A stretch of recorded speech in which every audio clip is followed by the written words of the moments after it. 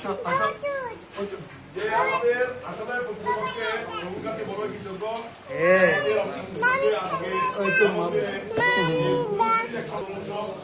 আনন্দের পরম ভক্ত পরমাশ্রিত এবং গুরুদেবের খুব কাছের ছিল যতটুকু আমরা দেখেছি শুনেছি আমার পক্ষ থেকে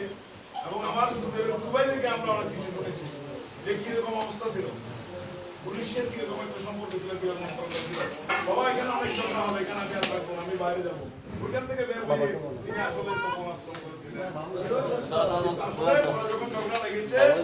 হ্যাঁ তখন যে আমরা পরমভাবে আনন্দিত যে আমরা ঋষি আনন্দ মন্ত্র একজন গুরুদেব অর্থাৎ আমার দাদা গুরুর মতো একজন গুরুদেব আমরা চট্টগ্রামে ঋষি আনন্দ গুরু নাই বলে লাভাবি মনে আসতেছে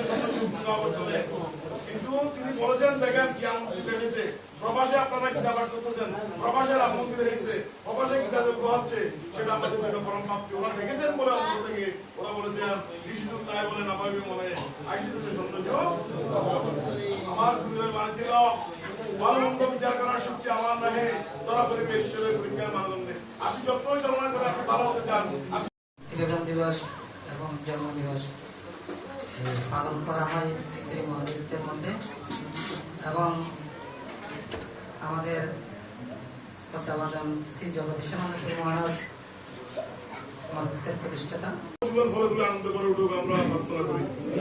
এবং যারা এসেছেন সবাই গীতা ভক্ত হন কেননা গুরু ভক্ত হলে গুরুদেব আপনারা কিছু সময় আসবেন কিছুক্ষণ আগেও আমি বলেছি আপনাদেরকে অল্প সময়ের মধ্যে আপনাদের এই প্রাণের কথা বলতে পারবো না আমরা তারপর যে গীতার ভক্ত হলে ভগবান শ্রীকৃষ্ণ আপনার কাছে আসবে তাহলে জয়গুরু জয় গীতা বললে সবকিছু আমার এগুলো জন্য চিন্তা করতে হবে না আমি আমার সুব্রতকে কিছু বলার জন্য আজকে অনুষ্ঠানের জন্য এবং রাজবাবুকে কিছু বলতে দেবো